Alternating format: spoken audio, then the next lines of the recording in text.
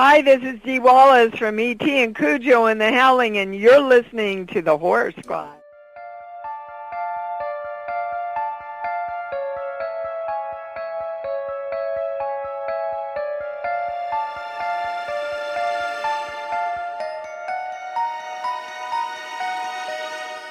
Hello, everyone, and welcome back to the Horror Squad podcast, episode number 228, where tonight we are going to be reviewing Popcorn, the 1990s cult classic. I am joined by Steve. We are Toddless tonight, but hopefully he'll be back maybe not next week, but maybe the week after. He's still busy getting that move ready to go to Texas. So, well, we miss you, Todder, once again. But Steve, I know you're feeling a little under the weather, but thank you for Steve, man. He does this for you guys, man, because I would have been okay with just being like, Steve, let's just not do an episode this week. But man, Steve, he's powering through. He's not feeling well, but he's like, we got to do an episode. So here we are.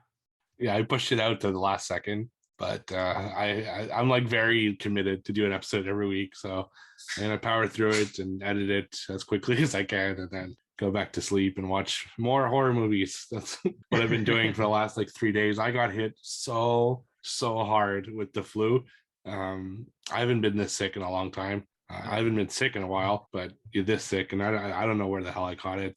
Thankfully, no one around me got sick, so it's just limited to me. But it is what it is. I think I can power through at least an hour of this. Yeah, definitely. So yeah, I mean, let's get into it. I mean, I'm assuming you got sick because we all went to Maine. We went to Bangor, Maine for the Stephen King tour, where we saw a bunch of Stephen King sites and stuff that inspired the books and whatnot. So Steve and his wife were gracious enough to invite Sam and I. So we met them up there in Bangor, Maine, and we had a great weekend together. So Steve, take it away. Yeah, it was an awesome time. So I've never been to Bangor, Maine before, but it was kind of on my bucket list of places to go see. You know, that's famously where Stephen King is from. That's where his house is. And it's also where a lot of his stories kind of take place, fictionalized version of Bangor anyway. So Derry and Castle Rock are all based off Bangor, Maine. So there's this very popular tour there called SK Tours, which you guys should check out. Very, very cool tour. And I want to see some of the locations. You know, they filmed some of the stuff, some of the Stephen King horror films were filmed there, but mostly it was inspirations for his stories that we saw on the tour. It's like a 3-hour tour, and he does bring you through a lot of those locations and stuff. So it was cool. Yeah, it was a really good time. Sam and I, prior to meeting up with Steve and his wife on the in Bangor, Sam and I decided to take an extra hour trip to a couple of the Pet Sematary filming locations from, of course, the original Pet Sematary. So it was pretty cool. We were able to go and see the Creed house, of course, the Creed family house, with right across the street would be, of course, Judd's house. Judd's house, unrecognizable, because I assume they built, from what I had read, they built basically a house in front of his, pretty much, like to make it look more decrepit and run down. But the Creed house, it looks like almost identical to how it did in the movie, which kind of blew my mind. Like the people have just upkept it the whole time, haven't really changed much. I mean, obviously it like looks still like new, like it doesn't look run down or anything. So they obviously have like re-sided it, repainted or whatever, but I mean, it looks beautiful and exactly the same colors. And then right next to the house, you have the field, of course, that they played in, that Gage ends up running out into when they're flying the kite. And then, of course, the infamous road, which is a busy main road like it is in the movie. It is not a safe road. Sam didn't even get out of the car because she was nervous. And I was like, well, yeah, I mean, it's not like it's like a highway or anything, but it's like a really busy main road. But I was able to get out when there weren't a lot of cars flying by and snap a few pics. So that was pretty cool. And then I made my way over to where they filmed the Pet Sematary locations, which like the actual Pet Sematary, obviously, which was in the most bizarre area. It was like, think of like, it was basically behind like a Walmart. Like it was like this super highly populated area.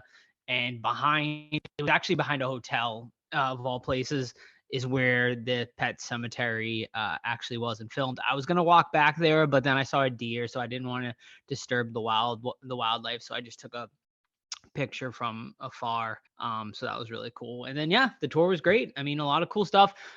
Definitely had we saw a few film locations there. We went to the cemetery where they filmed some of the Pet Cemetery scenes, which was cool. And we also saw, of all things, for your Creepshow fans, where Stephen King filmed his Jody Verrill segment for Creepshow, which literally is just a field now. The house they said was torn down, so it's just a field, but it's still really cool to see that. There was also some scenes from Creepshow 2 that were filmed in downtown Bangor. The Hitchhiker segment in particular, which honestly I didn't recognize. I'd have to rewatch it now, and maybe I would recognize that. Yeah, and then the rest was all basically Stephen King inspirational stuff. A lot of inspiration for it. We saw, if for those readers of it, Steve, you want to say anything? Or Yeah, I don't want to take all the words. That's okay. Yeah. A lot of, like you said, inspirational things of it, to where he got inspiration for the characters, the locations, and stuff like that. It's actually funny. So he brings us to like the, I guess, more rundown part of Bangor, and he's explaining that, okay, this is where Beverly's house is, which is supposed to be like the most rundown place basically in the city. And as we're like crossing it in the tour van, there's like a guy getting like searched by the cops right at that location, almost as if it were like a stage or something. I mean, it wasn't, but it's pretty funny that the most rundown place had people actually being searched by, probably for like crack pipe or something. That's what it looked like. So that was funny. We even got to see the sewer that inspired, the whole Georgie scene and everything like that, which is all cool and stuff. I was a little bummed out because, I mean, it's not the locations from the movies, right? It's just things that inspired Stephen King to write the story. The locations, as we found out, are all in Canada, British Columbia for the original and Toronto for the remake. But it's still cool to see and stuff. I think one of the cooler locations is this big water tower that inspired him a lot. And there's a bench there that apparently he would sit at and write his stories. So we got to see the bench and sit on the bench. So that was really, really cool as well. No, yeah, definitely. Yeah, and then then we went to, of course, the coup de grace, the ultimate place for horror fans, Stephen King's house. You've seen it, I'm sure, several times. It is very synonymous with people taking pictures, and it was awesome. Like I thought it was great. It was really cool to see. The fence really makes it. Like without that fence, it might not be as cool. But it's just like he's got like this really creepy fence that has like spider webs on it and bats, and like there's like a 3-headed dragon and stuff. So it just like really sends home that like this is the house of one of the most famous horror writers of all time, and it was really, really cool to see. And it's like a blood red color too. It's definitely like has like gothic Victorian style. So it was really, really cool. Yeah, like I remember my dad when I was a kid telling me about that fence. Like, oh, this is Stephen. He's a big Stephen King fan, like both as reading, and also that's when all the miniseries were coming out, kind of when I was growing up. And he's like, oh yeah, he's got bats on his fence, and he's really committed to the whole horror thing. That always like kind of resonated with me. So to see it in person was super impressive. And if you see the house, I mean, it's nice and everything, but it doesn't look all that big. But we found out from an aerial view that the facade, like the front, isn't huge, but it goes way back. Like it's a really long house. So it's pretty crazy for that. And he owns the house next door, which is he's going to use as a writer's retreat soon. It was just like really cool. And they also have a new sculpture that they put in, I think it was this year, which is basically like a dedication to Stephen King stories and some animals and stuff like that, things that they like. So yeah, it was really cool to see in person. Oh yeah, definitely. And the sculpture apparently was all done with chainsaw. Like it's made out of like an actual tree stump, which that's super impressive and was cool to see. If for those who haven't seen yet, if you're not on our Discord, obviously follow our Discord, but our Facebook, our Instagram, our Twitter, we posted a picture of me, Steve, and Sam in front of the King house. So make sure and check that out. And yeah, I guess that's really it. Besides, I mean, obviously, my favorite part was just hanging out with Steve and his wife. I mean, it was super fun just being able to sit in our hotel room and just drink beers and just kind of talk about, just life and horror and the podcast and stuff like that was a real blast, and it was a treat. And it's always a pleasure to see Steve. I think this is only the second time I think we've ever met each other or seen each and other the in person. last time, But I mean, me and Sam leaving, we were just so sad because like we were like, oh man, like we're not gonna see Steve again for a while. So, but we will though, because we are good. We do have our Halloween Horror Nights trip planned in September. But it was really great to see you, Steve. I did say last time that we met that, okay, it won't be too long before you see me again. Yeah. But then And then COVID. 2.5 years later. Right. This time, hopefully, for real, I'll see him again. And something that we did that was really cool is we went to the Chinese restaurant that inspired the It in like part 2, the whole reunion scene when the Losers Club meet as adults. So we got to eat there. It's only inspired once again, but it's also where they had the premiere for It. So that was really cool. And yeah, it was just super cool to hang out with Sam and Joe, and I know we'll do it again. So it's just a fun time all around. Definitely. And the food was amazing there. So definitely, if you guys can go up to it's worth like a weekend trip. Like I wouldn't like go like maybe not fly from like California or something from it. You might be a little disappointed, but if you're like, I mean, Steve drove pretty far. I think you drove 9 or 10 hours or something like that. Yeah. Mm-hmm. And Sam and I took a 3-hour trip. So I'd say if you're on like the East Coast within, that distance, I'd say it's definitely worth it. I think it's sktours.com if you want to check out the Stephen King tour. 3 hours. I mean, you get your money's worth on that tour too. I mean, the guy is super knowledgeable. That does it. He is a Bangor local, and he seems to really know his shit. So I would definitely recommend that. And then definitely recommend that Chinese food restaurant because the food was amazing there, and the Mai Tais were delicious. So yeah, it definitely. I even took a side trip after the trip. I went to Old Orchard, Maine, which was an interesting trip because I've only seen the beach 3 times in my life. Well, I mean, I spent like 3 different trips because I spent like a week in Daytona Beach for spring break and stuff like that. But it was cool to go see the beach as well and kind of relax. And I gotta say though, and I'm sorry if anyone lives in Maine, if you're ever wondering where all the white trash Canadians vacation, I think I found it. So that's my review of what Old Orchard is like, but still a fun trip nonetheless. One thing I do want to talk about, Joe, is something I promised you last time we met, was I was going to bring you a box of Canadian treats because it's something we talk about quite a bit on our Discord, the difference between Canadian chocolate and American chocolate. So I gave you Kit Kats, Arrows, Coffee Crisps, and Smarties. Yeah, so I'm curious, what do you think of them? Yes.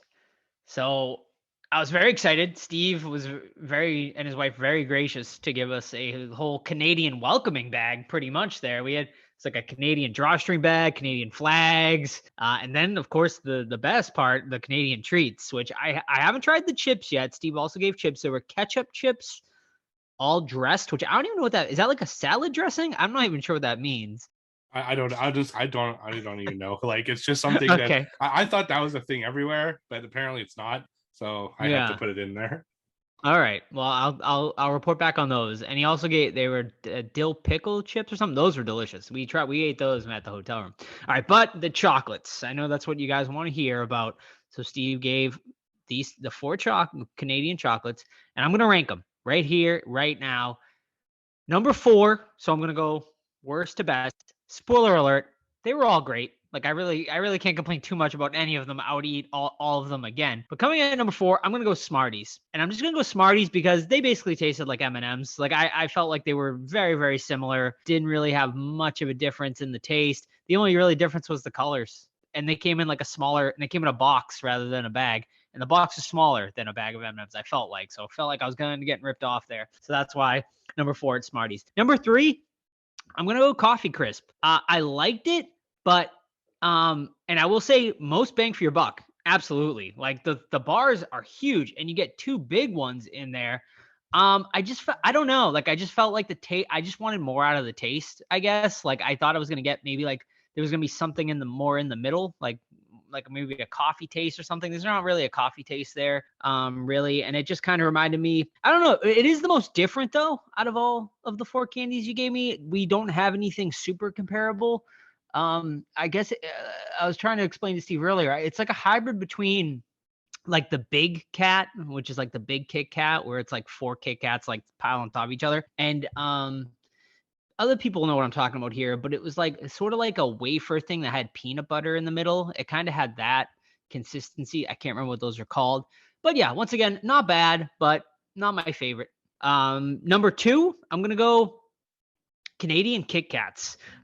They were delicious, better than American Kit Kats. I didn't think that would be possible. I was like, okay, it's a Kit Kat, like it's gonna taste exactly the same, but it's a way different. It's you get the chocolate notes are way stronger. I feel like it's not, and it's more subdued on the American Kit Kat. It's so the chocolatey flavor really sticks out. And number 1, I'm going Arrow. It's just like it's really light.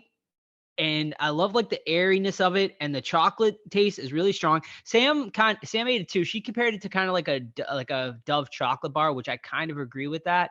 It just had that great taste, and like I feel like I could eat a ton of those without feeling full, because like I just loved like the light feeling of them. Also, I should mention I refrigerated all these, so these were like coming out of the refrigerator. So I don't know if that makes a difference or not as well in the taste, but yeah. So that's my rankings. I'm not too surprising. I knew Smarties would probably be last. You're right. They're pretty much just chalkier M&Ms.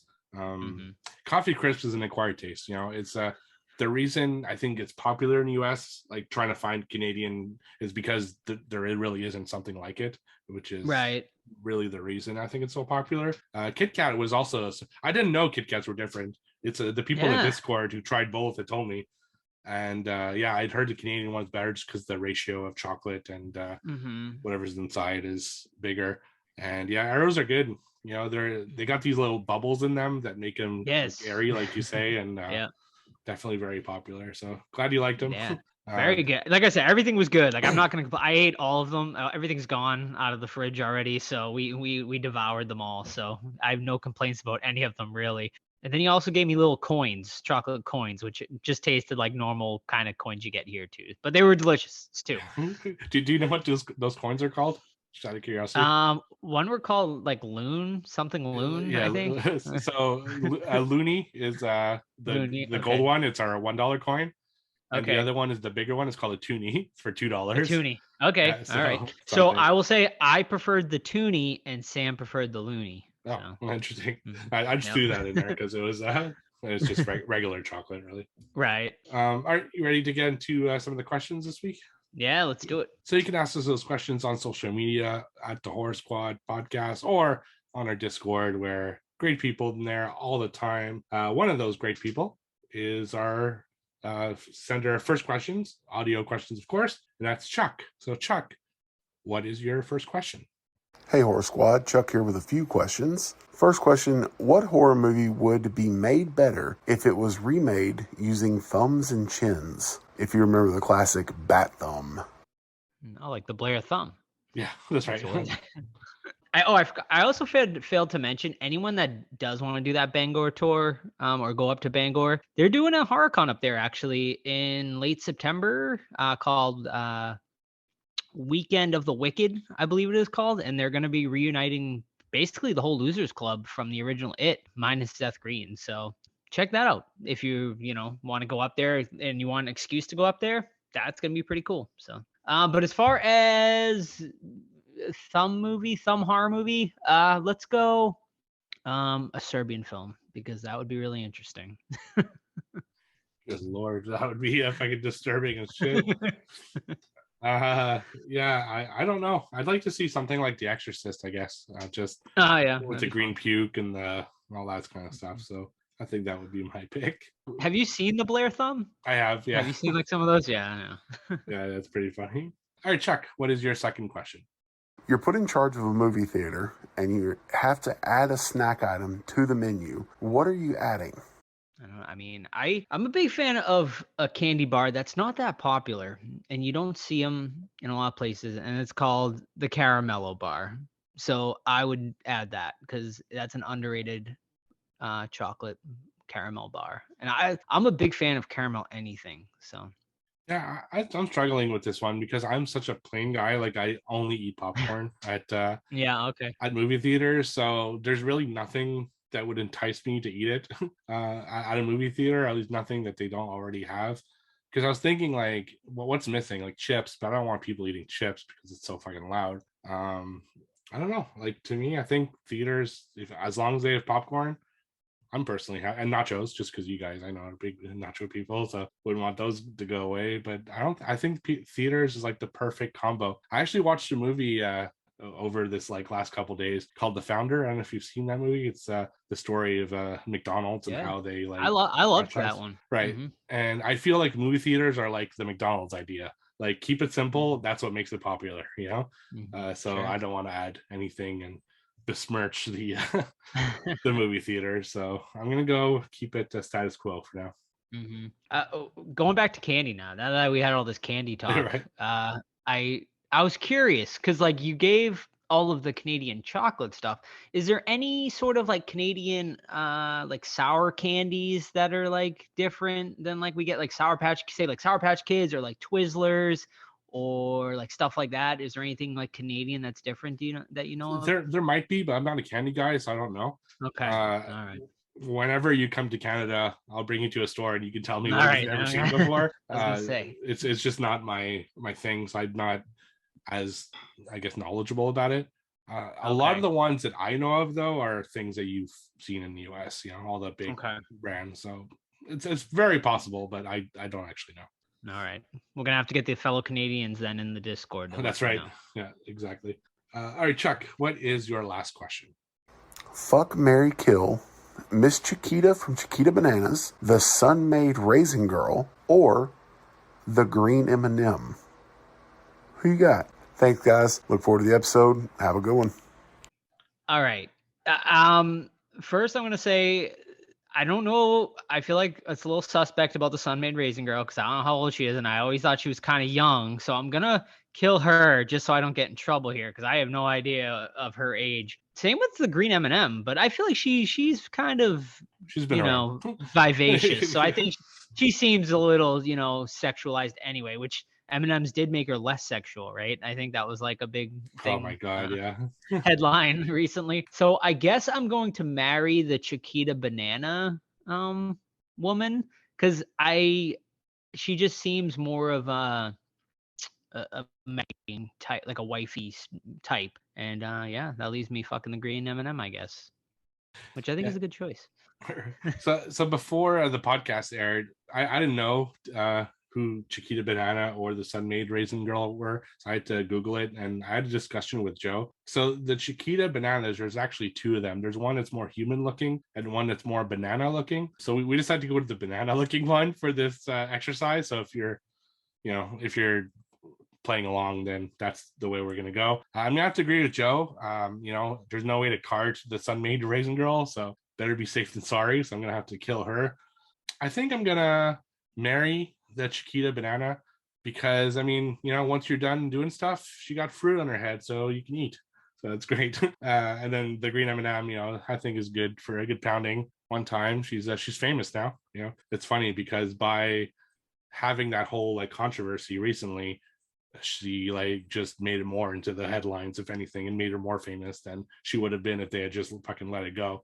It's just stupidity, really. Like, God, that's your problem? Is that fucking Green M&M looking too sexy? God damn. But yeah, so I guess that's my order.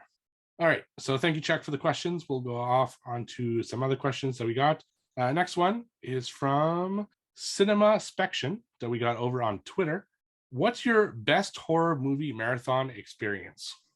Ooh, good question. Best horror movie marathon experience. Maybe like 3 or 4 years ago to celebrate October 1st, I did a Nightmare on Elm Street marathon, and like I invited a bunch of my friends, and they just kept like trickling in throughout the day, like while I was like just had it playing on the TV, and it was like so much fun. And then I ended up watching, I think, Freddy vs. Jason by myself because it was so late. And I fell asleep in the middle of it, I think, too. But it was a blast of a day. So I'll go with that. Yeah, I haven't done a ton like with people. Not a lot of my friends aren't horror fans, so That's not something that we would do. That's something I do more like on my own. In fact, that's what I've been doing for the last few days. So I'm preparing for our top of the 80s episode, which is only like a month away at this point. So I took a stack of movies that I've seen before, but I felt needed rewatching. So I had a Videodrome, I had The Fly, Lost Boys. I'm gonna watch Alien and Aliens. I know Alien is 1970s, but I felt I had to watch it. It was good for a rewatch anyway, so figured I'd add that to the list.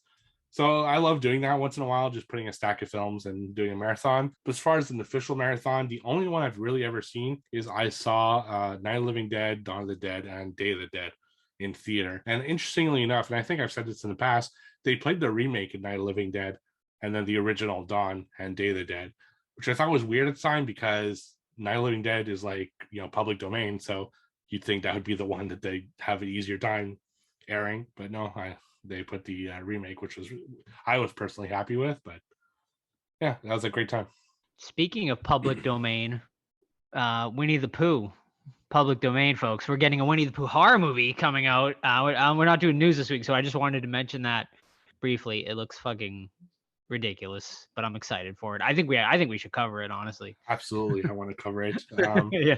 We're actually getting on that point where a lot of the big characters from a long time ago are going to go public domain.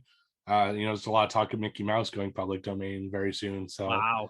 I'm wondering what kind of shit we're going to see with that. But yeah, Winnie the Pooh looks crazy. I love it. Like, I'm really interested in seeing what they do with that. I feel like they just spent the entire budget on the mask, though, because the mask is really cool looking, and I feel like the rest of the movie is not going to be up to par with that, but we'll see.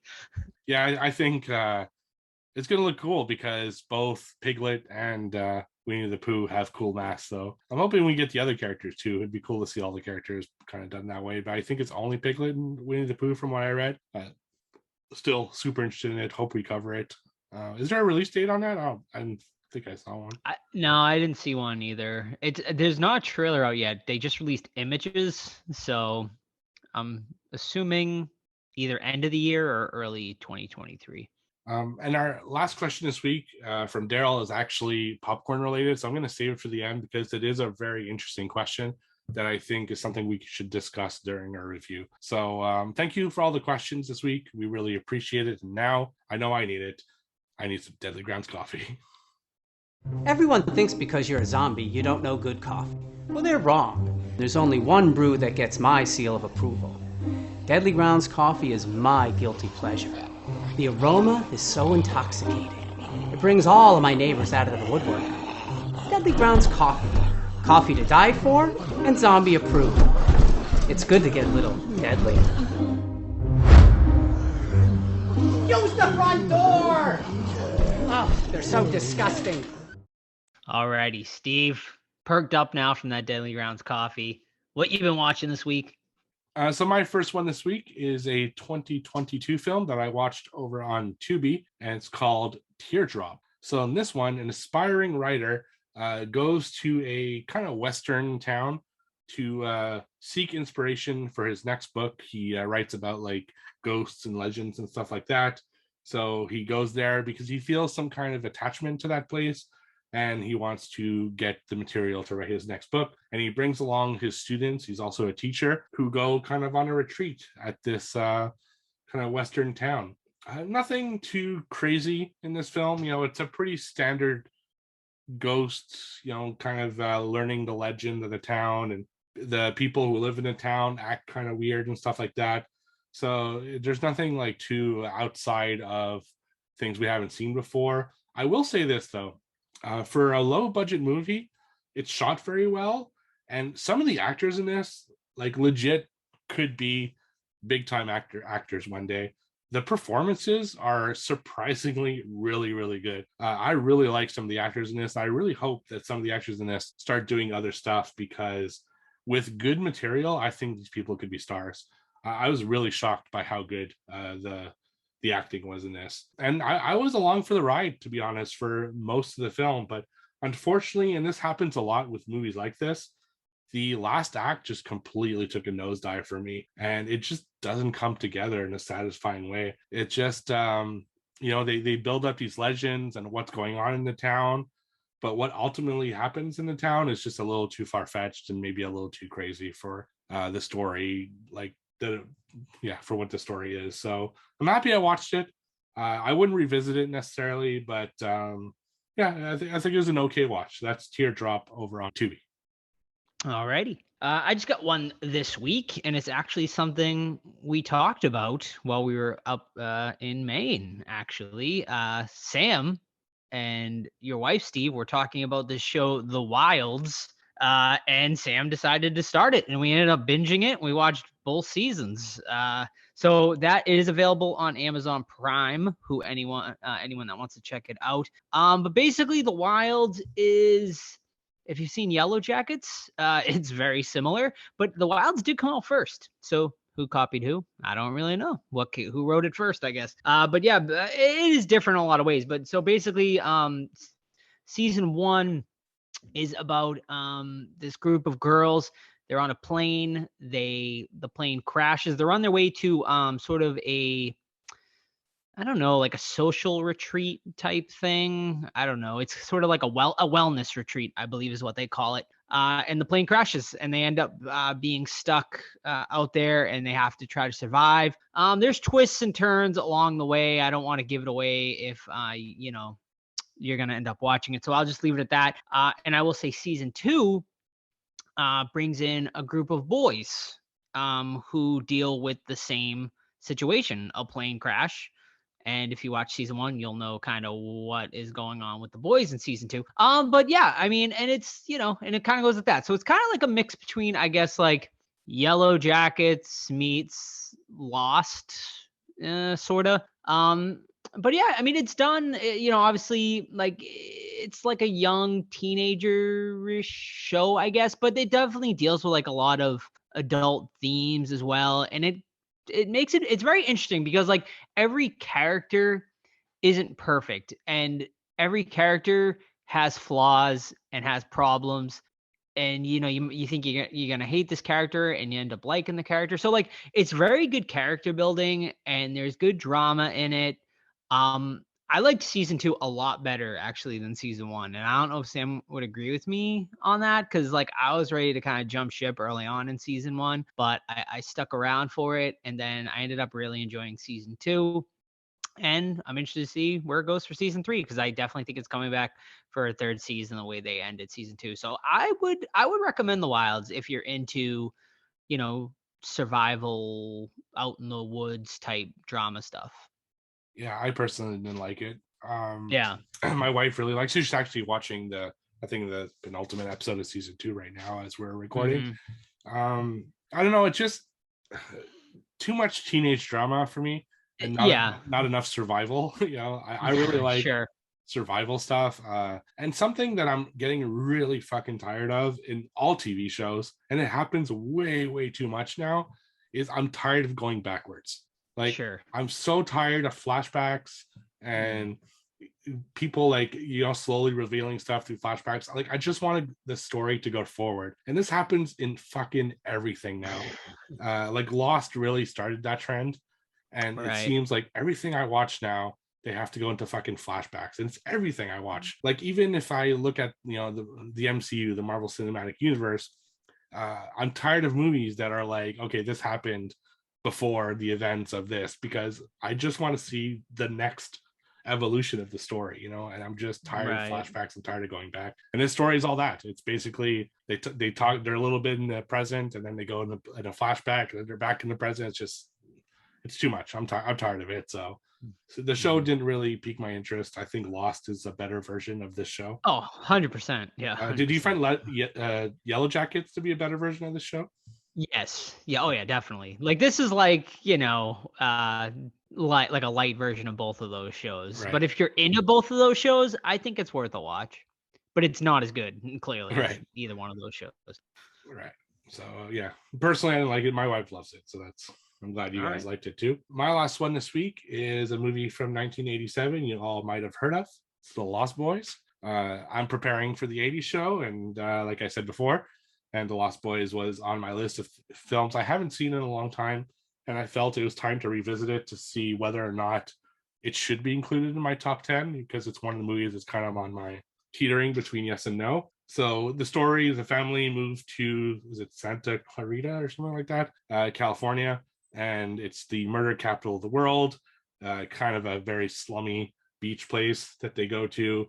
And the older brother meets a group of kind of like this gang who are, always like being badasses and causing trouble around town. Meanwhile, the younger brother is meeting these two other brothers who say there are vampires in the town, stuff like that. And sure enough, that gang is all vampires, and they infect the older brother, and then it's up to the younger brother and his friends to kind of clean up everything and restore the brother, because if you kill the head vampire, he goes back to normal. It's a very good film. I as I remembered it, I mean, I do really like The Lost Boys. It's a very 80s film, from the fashion styles to the music to the way it's filmed to the way the story is composed. Very, very 1980s, and that's a good thing in my opinion, because I do like the 1980s very much. Some great gore, particularly in the last act when they start killing off the vampires and stuff like that. I thought that was really cool, and it's something that I'm happy I rewatched, because it gave me kind of a better idea as whether or not it's going to make my top 10 at the end of the year. I'm not going to say it, of course, because it's only in like a month, but definitely worth watching. There are some issues. I think the pacing is uneven. There are some parts that feel a little bit long. I think, was it which of the Corys? Corey Haim and Corey Feldman. I think it's Corey Feldman that plays one of the Frog Brothers, right? Isn't it? But both, right? Aren't they both the Frog Brothers? Or... No, the other one's a kid. Okay, they're friends though. That's right. Oh no, you're right. Okay. Corey Haim's like the family that moves in, and right. Corey Feldman is. It's Corey Feldman and what's his name? I can't remember the other kid's name there. Right. Yeah. Jason something, I think. Yeah. Right. I hate his voice in this. Like, he has like a fucking deep ass voice for a kid. It's annoying, but overall, a great film, and maybe we'll make my top 10. Guess we'll see. So it's a month from now, in July, we plan on doing that episode, and it's a tough one. Like, I'm having a hard time with the 80s list. I'm going to be honest with you guys. Yeah, it's going to be tough.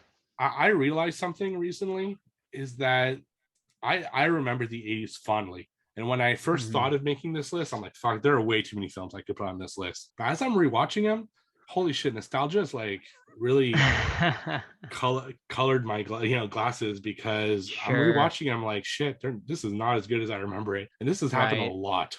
And I don't know what that is. So I don't know what's going on. There are films that held up incredibly, and they're easily on my list. There are some I'm having a little bit of a hard time picking that, like 6 to 10 film range. So it'll be interesting to see what happens. I hope The Fly is one of the ones that you think held up well, because I love The Fly. Well, so I'm only halfway through it, because I fell asleep, and I'm going to rewatch the other half tomorrow. And let's face it, the second half of The Fly is where The Fly is made. Yeah. So yeah, but so far, yeah, it's definitely one that I think that's held up and quite well. So. Awesome. Alrighty, folks. We're gonna forgo trivia this week due to Todd being out, but stay tuned. We'll probably bring it back next week, even if Todd doesn't come back. We're just trying to power through this week with Steve being sick, and I also worked a double today, so we're both feeling a little tired, I think. All right, so let's get into our main feature: 1991's Popcorn. A master of disguise deranged killer begins killing off the college students who are organizing a horror movie marathon in an abandoned theater. This movie stars Jill Schoelen, Tom Villard, and Dee Wallace. Folks, you know her. We've had her on. Lovely woman. Directors Mark Harrier and Alan Omsbury. They give two directors because Alan Omsbury left production. We'll get into that, because there's a lot to digest with this movie. But yeah, so you heard the plot. Basically, a bunch of student filmmakers, they're in class discussing filming and whatnot, and for whatever reason they decide they're going to do this horror movie marathon. I don't even remember the exact reason they give to do it, honestly. Do you remember, Steve? They're just like, let's do it. Yeah. I thought it was like a class project or something. Yeah, I guess something to do with their class.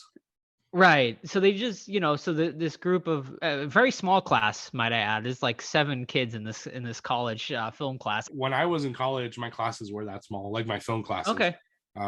We basically be like 8 to 10 people Okay. to do the project. So I think that's actually accurate Realistic. because the bigger the class, the less they can teach you like film wise, you know. So Mm-hmm. yeah, All right, so that cool. part is realistic. All right, good to know. Yeah, so they decide, hey, we're gonna do this like fun horror movie marathon thing. I believe it was maybe to raise some funds or something like that. I can't totally remember, but I think it was to like raise funds for their class or something like that. So they rent out a movie theater that is getting ready to be torn down, which also, actually no, that didn't have. Hold on, let me go back. All right, so they decided to rent out this movie theater and show 3 horror films that all had a gimmick basically. So every horror one is like a mosquito, so they have like a giant mosquito. One is like Electric Man, and they shock the audience with it. And then the third one is the stench, where they can put out a stink smell. So like all these like really fun gimmicks. So they do this horror movie marathon, rent out the theater. Little do they know there is something sinister lurking within. They find a old film reel from a movie called Possessor. That basically the guy who made it went crazy and killed his, I think, wife and kid or something like that, like on the stage or something like that the night of the movie. And then they set the movie theater on fire, like this massive tragedy. So yeah, is it that person doing the killing? Do we and we basically, that's kind of what the movie leaves off. It's just, it turns into, a slasher for the most part for the majority of the movie, in this basically one movie theater setting the entire rest of the film. So yeah, Steve, what do you think of this one? I love the idea of this one. I really like the idea of it happening at a movie, festival and or a marathon, and they're doing all these like cool things. This is like the coolest fucking theater experience ever. I wish that theaters in my area did shit like this. It kind of reminded me a little bit of Matinee.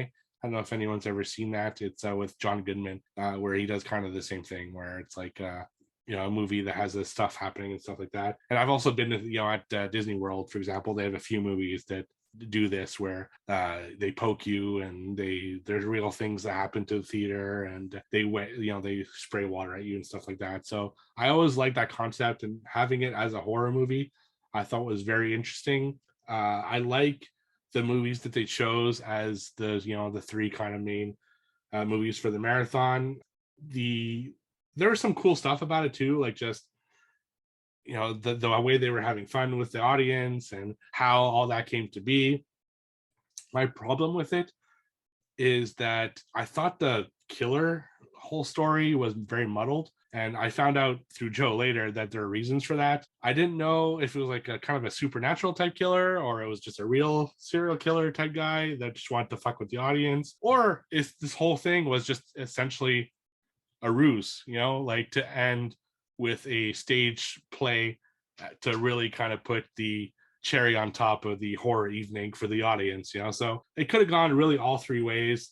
And it's like they didn't even know what it should be at some points, because sometimes it was a very supernatural type killer, sometimes it was just a regular killer. There are some scenes that are pretty like chilling, surprisingly, like one in particular where they use a female usher's corpse as a puppet. I thought that was a little frightening looking. Like they did a good job of selling that whole thing. But overall, I don't know. It's just, even though I enjoyed it, there's something missing. There was like something that just was disjointed for me. Yeah, and I may also mention Todd. He wasn't a big fan of this one either. I'm going to be the dissenting voice here, I think. I actually enjoyed it quite a bit. Now, don't get me wrong, there's a lot of like problems with this movie, no doubt about it. But man, I don't know. It just like has its charm. Like I think the movie theater setting really, really is what helps this movie a lot. I absolutely love the movie theater setting. I love the gimmicks for all of the movies. And yeah, I don't know. It's just like a really fun ride. It just like, man, for a movie that came out in the 90s, it is so fucking 80s. And I guess because it's like early 90s, but like watching it, I mean, it feels like a movie that was made in like 1986 or 87 or something like that. It just feels like just your 80s cheese movie. And I think that helps it a lot too, where you can like look past some of the weird shit in this. Like apparently you can just go and like grab a popcorn and come back and a guy can just steal your girl like out of nowhere. Like that. I don't know. That was so fucking weird. And then you get this weird ass like reggae band that gets up during a power outage and just puts on an impromptu concert. It's just like so much like weird shit that I would never like accept for a lot of other movies. But I don't know. There's just something about this one that I was able to just go along for the ride and just have a fun time. And I ended up really liking the killer in this one. I thought he was like really cool. He looked awesome. His motive like made sense for the most part, like even though it was like a little weird, but the motive made sense. He looked great. And I loved that he like had all these like obviously maybe not realistic that he like had these masks that he could put on and basically like it made him completely alter his voice and stuff like that. But obviously like there's a reason for that, obviously, which we can get into later with the whole this production being like a complete shit show. But I loved that. I loved that he was able to do that. I thought it was really cool. It was really creepy. Yeah. So I was just able to accept the flaws and just enjoy the ride. Yeah, I can see that. It's definitely one that you need to overlook a lot of things for it to make real sense. And I did like it. Maybe it's coming off. I didn't like it. I did like it. I just think that it could have been way better had they just streamlined this whole movie a little bit more and had more of a focus, like as to what exactly is happening through the film. You're right. The killer was really cool when he was on screen. When he's trying on all the different faces and stuff, he was very, very compelling and everything. I do think that the way they get rid of him at the end was a little, like, it was cool, but it was a little cheap. Yeah, I wish there could have been a little bit more to that, but overall, yeah, it was a fun film. Yeah, no, definitely. Why don't we get into Daryl's question, because that will spark up a good conversation. Absolutely. So Daryl, who actually has a really cool TikTok channel called Mr. Meat Hook, where he goes through horror film stuff. So check that out. He says, mid-filming, the producers decided they wanted to change from a supernatural movie to a slasher, which resulted in uneven tone. Do you think this hurts the final product, or do you think it makes it more interesting as it's more unique that way? Yeah, so and it definitely shows, right? Like in this movie, because like you can tell like they didn't exactly know like where they wanted to go, like with that ending, obviously, because like the mask thing, like that was a total like supernatural element to it that really doesn't make sense. And then you get the slasher. I would say it hurts it, I guess. I mean, it does make it unique in some ways, but it hurts the final product because it just makes you question a lot of this stuff more, and kind of is like, okay, does that make sense? Yeah, I agree with you. I think yes, it doesn't make it unique, but I think if they had really leaned into one side or the other, it could have made for a better movie overall. I think either side could have been really good. I don't think there's one side or the other that was better than the other. It just depends. They just needed to lean into one side and not flip flop between the two. Because if he's supernatural, it's actually more like, what was that movie we watched where the guy like got his dick exploded? That was in a movie theater about a movie that was. Do you remember that? It was like 2 years ago. Oh, Last Matinee. No, No? Last Matinee is more of the actual serial killer. Okay, there's a movie we watched 2 years ago that I think we reviewed on the podcast, maybe Porno. Oh, Porno, yeah. Porno, yeah. Which was like more supernatural. So we've seen kind of the two sides of this coin, and both of them are good in their own way. I just think they needed to really lean into one side or the other. Personally, I don't know which one I would have liked more. It's such kind of a ridiculous movie anyway, so I think Supernatural would have worked. But at the same time, having a real guy kind of fucking with everything would have been interesting too, because it would have made it more, I guess, realistic. And this is something you can do at movie theater screening, so. But at the same time, I also thought maybe it was all fake. Like this was all part of the plan, like some big ruse to have a grand finale where it goes from movie to movie to movie and then to a play, and then it ends, and then it's like, thank you for coming to our amazing, student project horror-thon. So I thought that would have been a really cool ending too, but they went with none of that. So yeah, and it's also interesting to note that this film changed directors like in the middle of the movie, and also amazingly, this one really blew my mind. The lead actress also, like 3 weeks into filming, they like completely changed the lead actress out, and she just like reshot scenes like without like, and like apparently a lot of the main actors like barely did any scenes with her and like barely knew her and stuff like that. But I honestly, I didn't really notice that, because I thought like they, like they had good chemistry, and I thought she was like good, so I guess it was a good decision to have her replaced, because I thought she was like one of the better characters in the movie. But let's dissect this ending here and get your thoughts on it. So basically the killer reveal. What we come to find out is, basically our lead actress there, and I can't remember her character name, so I apologize for that. But what we come to find out is that this guy who made this Possessor movie, and I can't remember his name either. You know us with fucking our character names. I'm so sorry. He's her daughter, right? Yeah. And so he was her which she didn't know. Dee Wallace, who is her mother, she lied about this, and basically he's dead, which a lot of the movie we think he is the one that is doing the killing in this theater. What we come to find out is that someone that was in the audience that night is the killer, and it is one of the students. His name is Toby. And basically him and his mother, I believe, were in the audience that night. And when the theater was set on fire, the mother didn't make it, and he got severely burned and but made it out.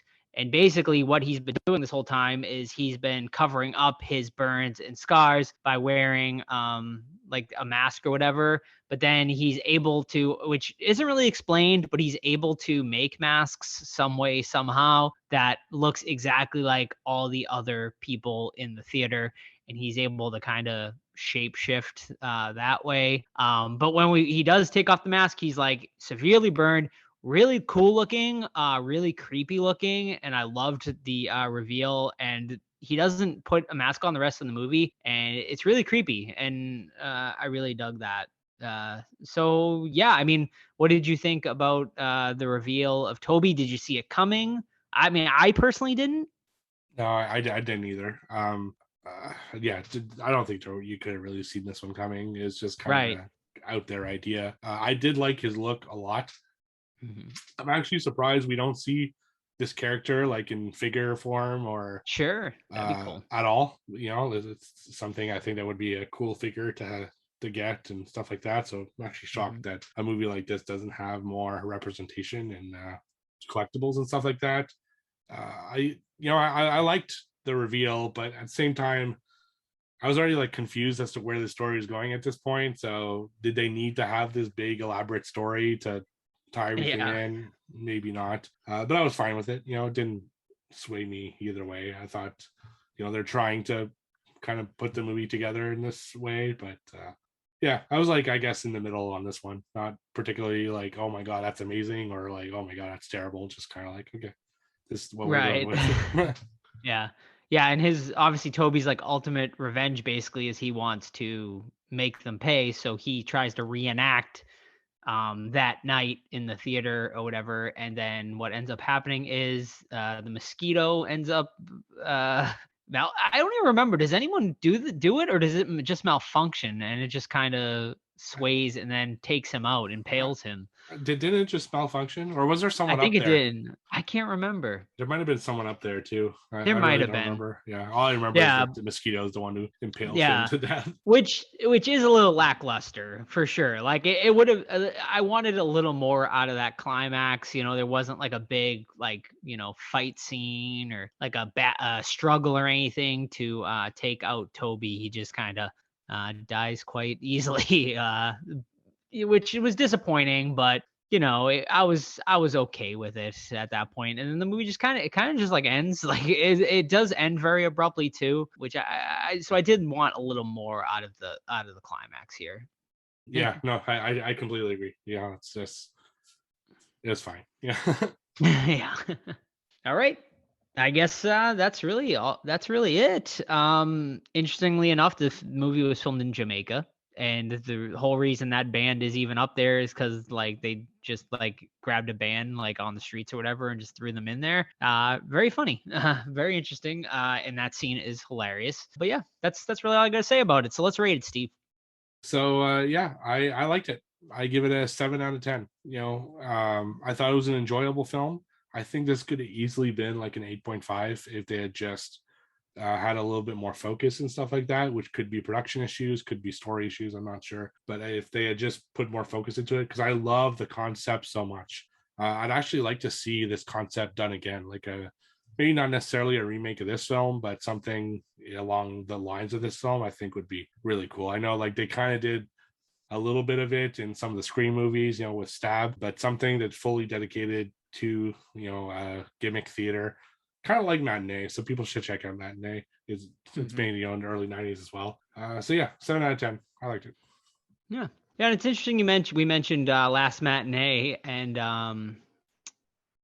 Porno, because they both are very similar in a lot of ways to this one, as they both take place in the movie theater and stuff like that. I think this is a better movie than both of those, honestly. And I enjoy it. Yeah, I mean, I enjoyed this one a lot. Actually, I'm surprised. I thought Steve's rating was going to be lower.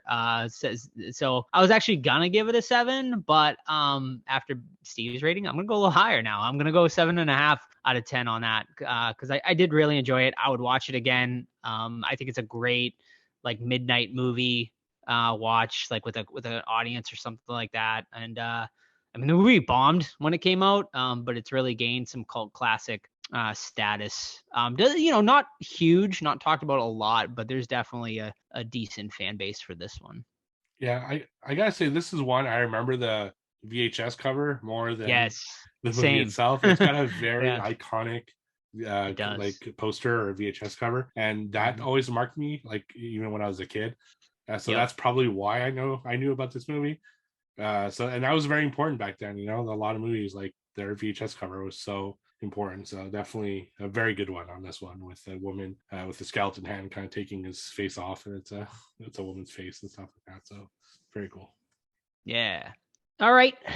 So yeah, next week, guys, we are going to be doing Hannibal, because sadly we found out that Ray Liotta passed away today. So we are going to dedicate next week's episode to him. You can check out Hannibal. It says it is available on Hulu Premium, YouTube Premium, Amazon Prime Premium. Also, if you have Stars, so several ways to watch it, or just rent it. Or I'm sure a lot of you guys own it at this point, if you're a horror fan. So stay tuned for next week. Don't forget to follow us on all of our social medias, Facebook, Instagram, Twitter. Just search the Horror Squad Podcast. Join our Discord, the Horror Squad Podcast. All you gotta do is send us a private message on any of our social media accounts. And merch.